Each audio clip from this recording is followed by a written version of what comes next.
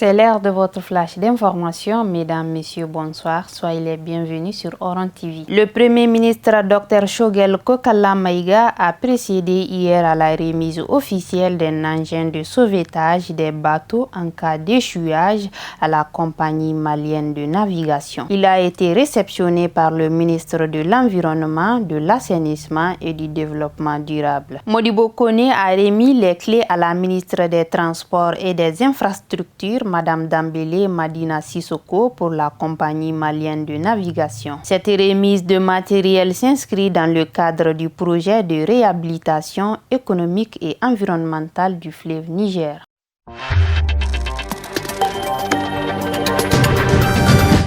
Situation Covid-19 en Tunisie. Le ministère de la Santé tunisien a déploré jeudi une situation sanitaire catastrophique en raison d'une forte progression des contaminations au Covid-19, avec des chiffres jamais atteints depuis mars 2020.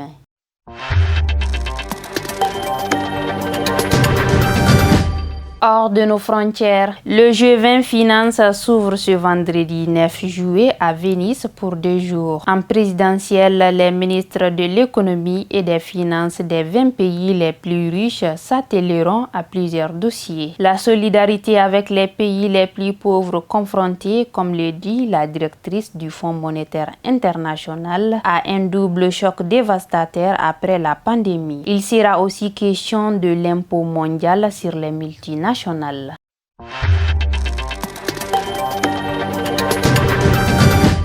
Au moins 43 personnes ont péri et plusieurs dizaines sont portées disparues dans l'incendie qui a ravagé une usine proche de Dhaka au Bangladesh. Selon un nouveau bilan annoncé ce vendredi 9 juillet par la police, un précédent bilan faisait état de 3 morts.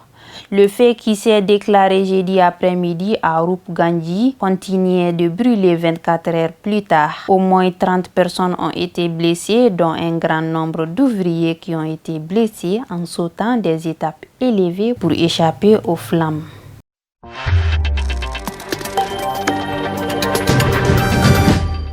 Registre sport pour terminer ce flash. L'Angleterre et l'Italie disputeront la finale de l'Euro ce dimanche 11 juillet à Wembley. Il s'agit de la 10e finale de l'Italie en tournoi majeur, tandis que ce sera la première finale de l'Angleterre à l'Euro et sa première finale en tournoi majeur depuis la Coupe du Monde 1996 qu'elle avait remportée. C'est l'essentiel de l'actualité. Merci de l'avoir suivi. Bon week-end à tous.